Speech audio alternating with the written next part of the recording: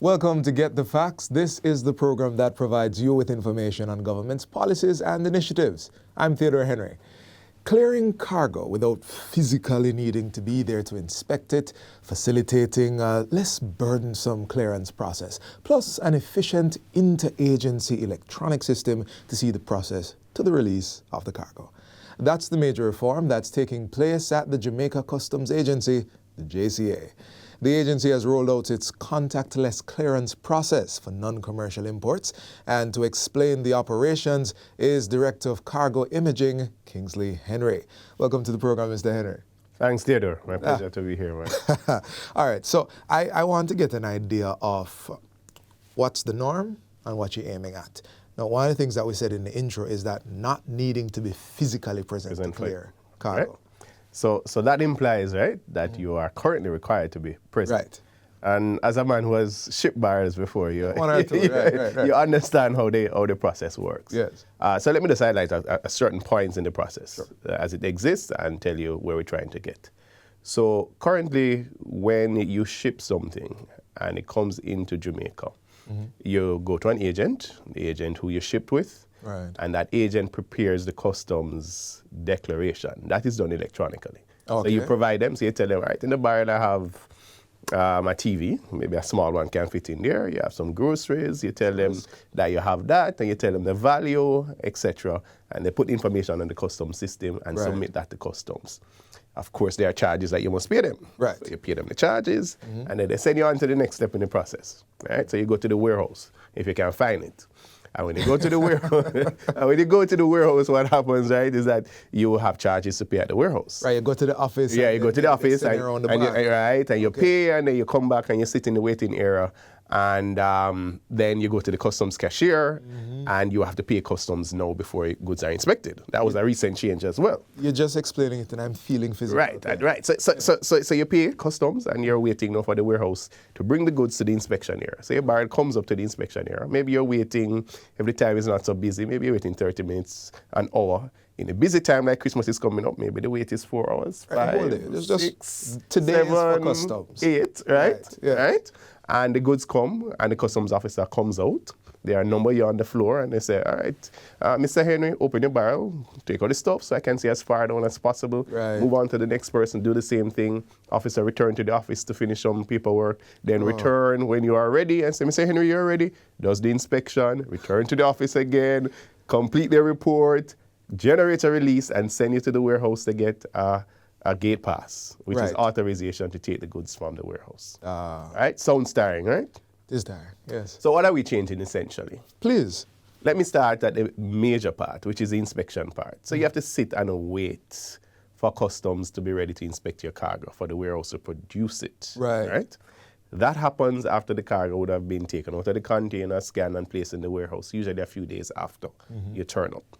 What we want to do now in the process is to say, once your declaration is in the system, and that can be submitted once the customs manifest is in the system, right? So when the ship sails from Miami, there's a manifest that says everything that is on the ship. There's a manifest that says what is in the container.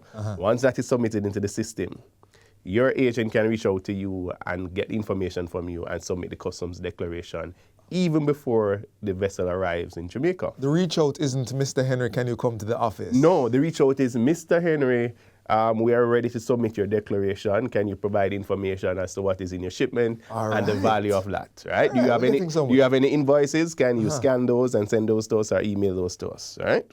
The agent can submit the declaration even before the vessel gets to Jamaica. Right. And then communicate to you what the assessment is for custom duties. So this will speed up the clearance if it can be done before? It will speed up the clearance. Okay. So they'll communicate to you and say, well, since you have a standard barrel, there's a little TV in there, and you have the invoice for it, all right, your charge is 10,000 as argument's sake. I know that right And then the challenge now is for you to make arrangement to pay. Right? So you can pay through the agents. The agents may have different means to allow you to pay them and for them to pay customs. What we are working on as well. If I can just chip in here, you're saying pay the agent, and the agent handles the payment that goes to customs. Right, they can handle the payment that goes to customs. And not paying the agent, then have to go and pay customs. No. So you can pay the agent, and the agent pays customs, right?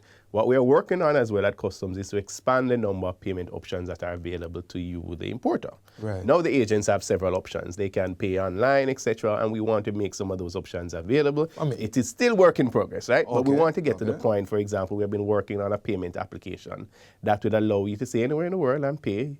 The person who sent you the barrel could also pay once the TRN is on the declaration. A relative who has a debit card or a credit card could pay on your behalf, and the agent could also pay on your behalf. So that's what we're working on. So declaration is paid, right? Right. So the ship don't arrive yet, So the ship come in tomorrow. Right. So the ship arrives tomorrow, container is taken off, container taken to warehouse, goods taken out, goods scanned, placed in the warehouse. Right. Customs is then in a position to do the inspection at that point. So no longer do we have to wait 2 days, 3 days, 4 days for you to turn up. We do the inspection, and then your agent will call you and say, Mr. Henry, you can come and collect your goods. And that's all you're doing. The goods is inspected based on the declaration that you would have made. Right. And so we say to a person, that's the most important part of the process. Providing a accurate declaration, and for your agent to provide that accurate declaration, you have to give them complete information about what is in your shipment and what it costs.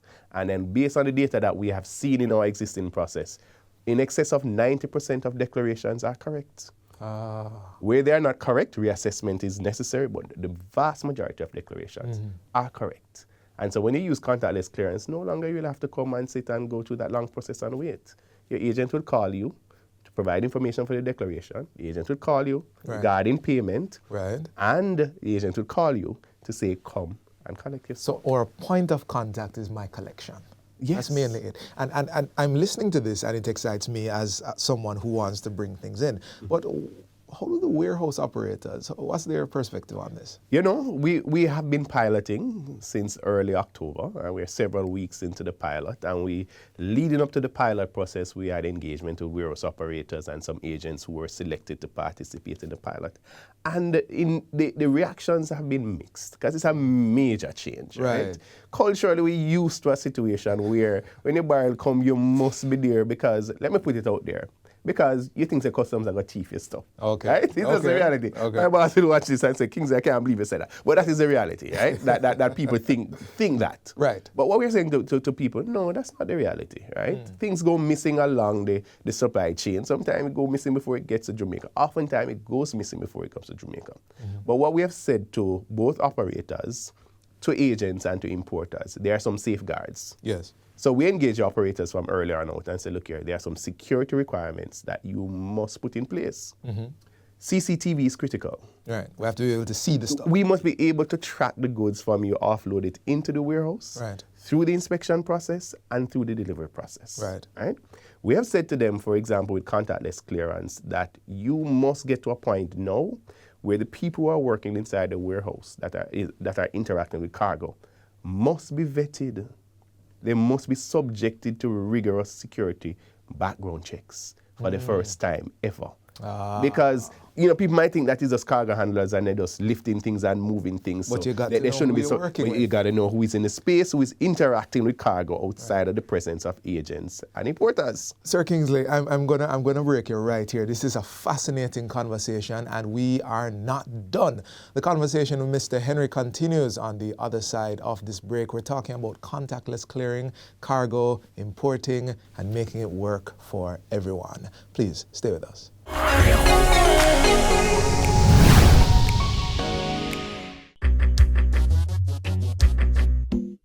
Nutritious food, succulent dishes, superior workmanship, and excellent service. Jamaica is on the go.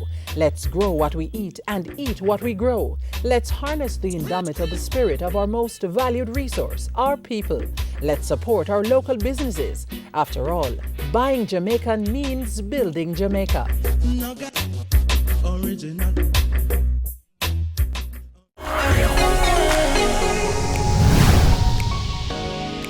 Welcome back to Get the Facts. We are discussing the new contactless clearance process being undertaken by the Jamaica Customs Agency. Still in studio with us is Director of Cargo Imaging, Kingsley Henry, and you were on two things, Mr. Henry, that we do to ensure that the process is above board and trustworthy. Yes, and so I was outlining to you the security requirements. So some additional requirements include, for example, security officers logging persons going into and out of the inspection space, Right. and ensuring that those persons do not take bags or any means of conveyance into the space, Super right? That is important. critical. Right. And also, the agency is also exploring the use of body cameras. That is something that is on the table. That is something that we are exploring. We're trying to go through the procurement process to find vendors and to finalize a policy relating to that. So we take it very seriously in terms of the security requirements that the operators must have in place to build the confidence of the agents, the custom There it is. brokers, and the importers about the integrity of the process. That is critical for us. I was going to ask you about that because so much of this sounds not just as making it move faster, but also confidence building.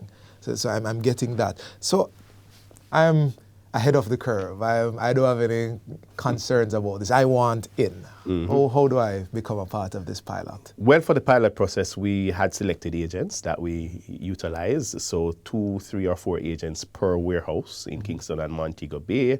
And we said to them, for the pilot process, which runs for 4 weeks, you should submit 25% of your declarations for non-commercial shipments as contactless clearance. Right. We went further. The CEO had a vision and said, all right, why not include the door-to-door shipments? And so we said to all agents, you must submit door-to-door shipments for a period of 4 weeks as contactless clearance so that we can have the data point to figure out how well the system works and to make adjustments. But we are also, during the course of the weeks where the pilot is taking place, making an assessment to determine how do we leverage this over the Christmas season. Right. Because, I mean, we have been getting dozens of calls and emails to say, hey, I shipped something. How can I get contactless clearance? I am disabled. Yeah. How can I get contactless clearance? Look here, I just usually ask my boss for 2 hours to go to the port, but usually it takes 4 to 6. How can I get contactless clearance? One of the things that we're considering over the Christmas season is to say to customers, do you want contactless clearance? Request it from your agent. And the facilities already exist at the warehouses to facilitate that. Right. The facilities exist Okay. to leverage this throughout the Christmas season for the benefit of our importing public. So I need to essentially ask my agent Ask your agent. if they're a part of the Yes, pilot at the if they're moment part of and the see what they can do for me. Yes. All right, you have taken us through the integrity of the cargo. You have taken us through the reassuring process. And seeing that the new process is being done as a pilot, when does this graduate into... Full implementation? Yes. Well, the goal that has been set for full implementation is April 1 for the non-commercial cargo. And thereafter, we'll go into phase 2, where we will examine the contactless clearance for commercial cargo. That one requires further engagement, particularly with the custom brokers and the persons who import commercial cargo. And then after that, in phase 3, we move to air cargo, right? Yes. So it's a plan to take us all the way, because one of the things that we are confident about, that this is the first world standard for customs inspection, right?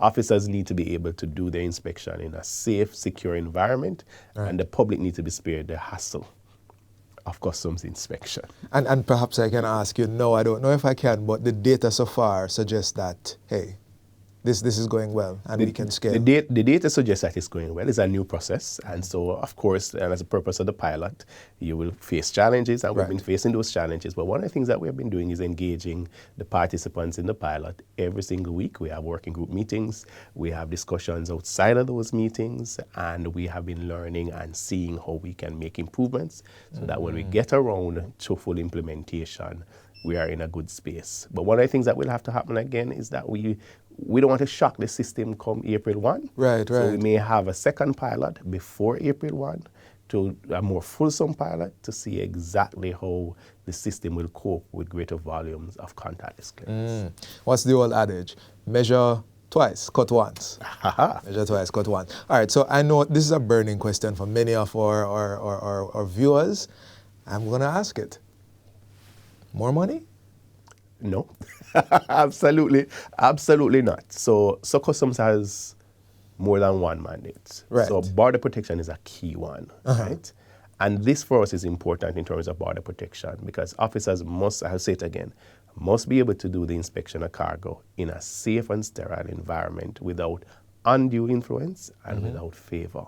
Okay. And this allows for that. Does it add to revenue? In no way.